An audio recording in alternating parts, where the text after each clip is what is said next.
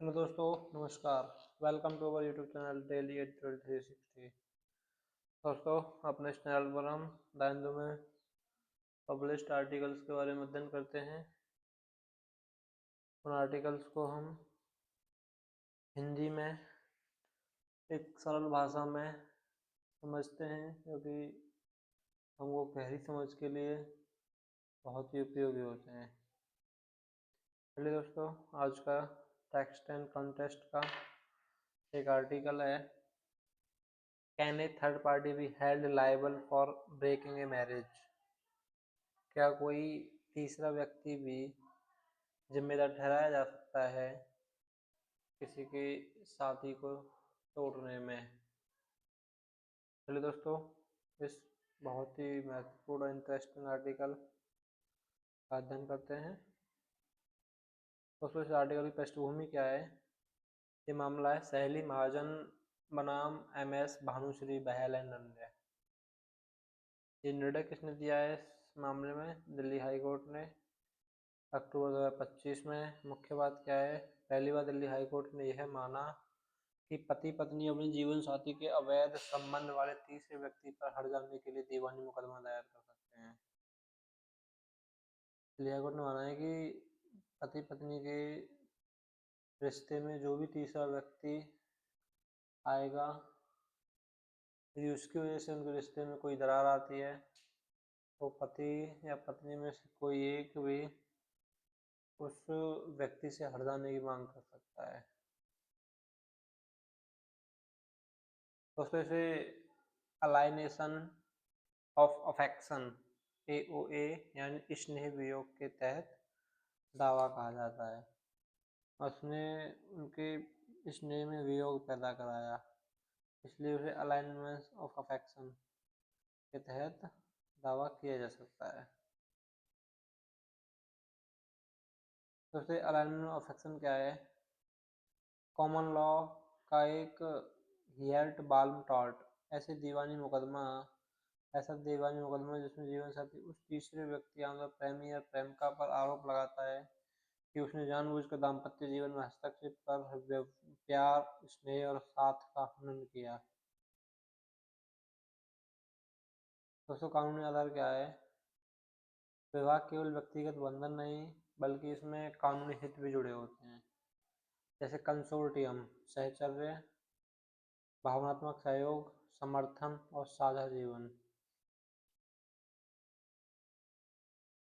भारतीय कानून में AOA को ना तो विशेष रूप से मान्यता दी गई है, ना ही प्रतिबंधित किया गया है।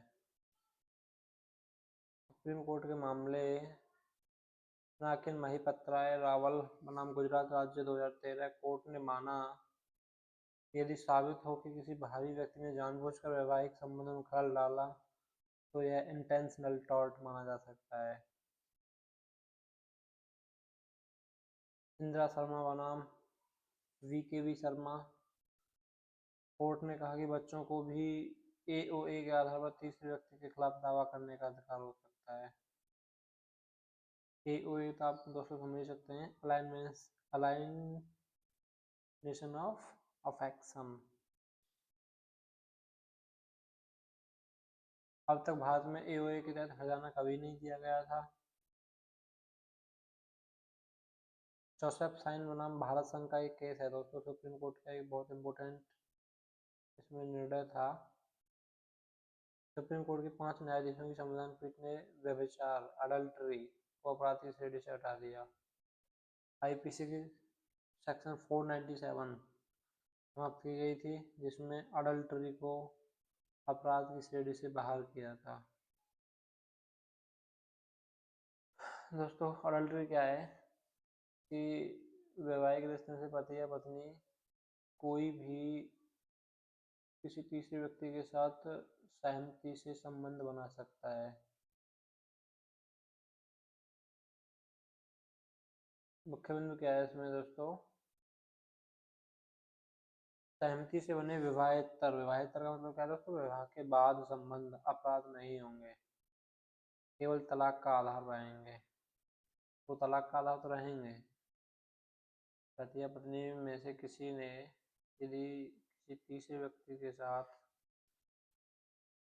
संबंध बनाए हैं तो उनमें से दूसरा जोड़ा, जैसे यदि पति ने किसी अन्य औरत के साथ संबंध बनाए हैं तो पत्नी उन संबंधों के आधार पर तलाक ले सकती है। ऐसे ही पति भी। दोस्तों, व्यभिचार को निजता का सर्वोच्च विषय बताया गया उस केस में। कोर्ट ने स्पष्ट किया कि व्यभिचार नागरिक गलती तो है पर आपराधिक अपराध नहीं है। कोर्ट ने उसे अपराध की श्रेणी से बाहर किया था। 2020 में पुनर्विचार याचिकाएं खारिज की गईं। निष्कर्ष क्या है दोस्तों? विवाहेतर संबंध पर जेल जुर्माना नहीं लगेगा, परंतु यह तलाक और हट जाने के लिए आधार रह सकता है। संबंध पर जेल या जुर्माना नहीं लगेगा।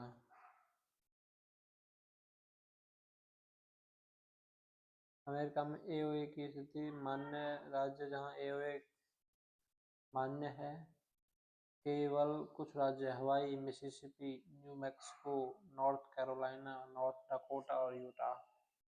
अन्य राज्यों में एओए को मान्य और अप्रासंगिक कर दिया गया क्योंकि इसे दुरुपयोग योग्य और आदमी विवाह की अवधारणा के विपरीत माना गया। दावे के लिए आवश्यक 3 तत्व: विवाह में सच्चा प्रेम और स्नेह मौजूद था।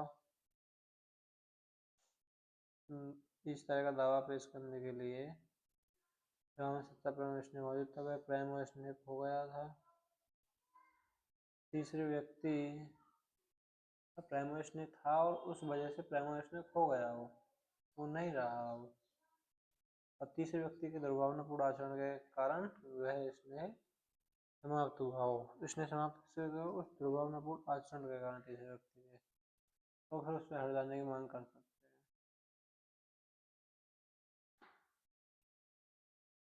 दिल्ली हाईकोर्ट का दृष्टिकोण क्या है दोस्तों? जोसेफ साइन का केस। जोसेफ साइन जो कि हम ऊपर देख चुके हैं दोस्तों, उसमें क्या था? एडल्ट्री को उन्होंने अपराध की श्रेणी से बाहर किया था। सेक्शन 497 खत्म की थी। जोसेफ साइन का निर्णय केवल आपराधिक दायित्व खत्म करता है, यह विवाहेतर संबंधों को कानूनी परिणामों से मुक्त नहीं करता। हिंदू विवाद नियम 1955 जैसे कानून केवल पति पत्नी के बीच समाधान देते हैं, जैसे तलाक तीसरे व्यक्ति के खिलाफ नहीं, पति पत्नी के बीच समाधान देते हैं अपने। अच्छा, तीसरे पक्ष के दीवानी दावा किया जा सकता है। तीसरे पक्ष के खिलाफ दीवानी दावा किया जा सकता है। 3 स्तरीय परीक्षण टेस्ट तय किया गया। तीसरे व्यक्ति को जानबूझकर गलत आचरण जो दाम्पत्य जीवन को बिगाड़ने के लिए किया गया हो, उस आचरण वैवाहिक टूटन के बीच स्पष्ट कारण प्रभाव संबंध हो, हानि की तर्कसंगत मात्रा निर्धारित की जा सके। जुरिडिक्शन के आधार पर यह दावा परिवार न्यायालय में सुना जाए या दीवानी न्यायालय में। निर्णय था परिवार न्यायालय केवल पति पत्नी के बीच मामलों, तलाक, भरण पोषण, संरक्षकता आदि तक सीमित है। तीसरे के खिलाफ एओए दावा दीवानी अदालत में चलेगा।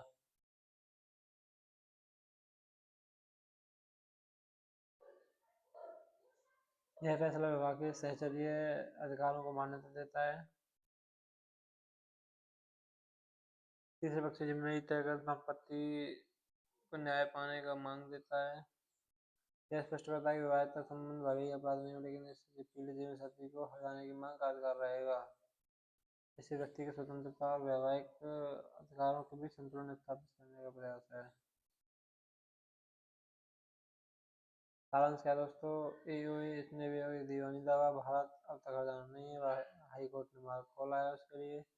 जोसेफ साइन व्यभिचार अपराध नहीं पर नागरिक गलती है। दिल्ली हाई कोर्ट तीसरे पक्ष पर हरजाना संभव। दिल्ली अदालत में दावा। अमेरिका कुछ राज्यों में मान्य, अधिकांश में समाप्त। ये सब दोस्तों व्यभिचार के बारे में दिया गया है। निष्कर्ष क्या दोस्तों? Delhi high court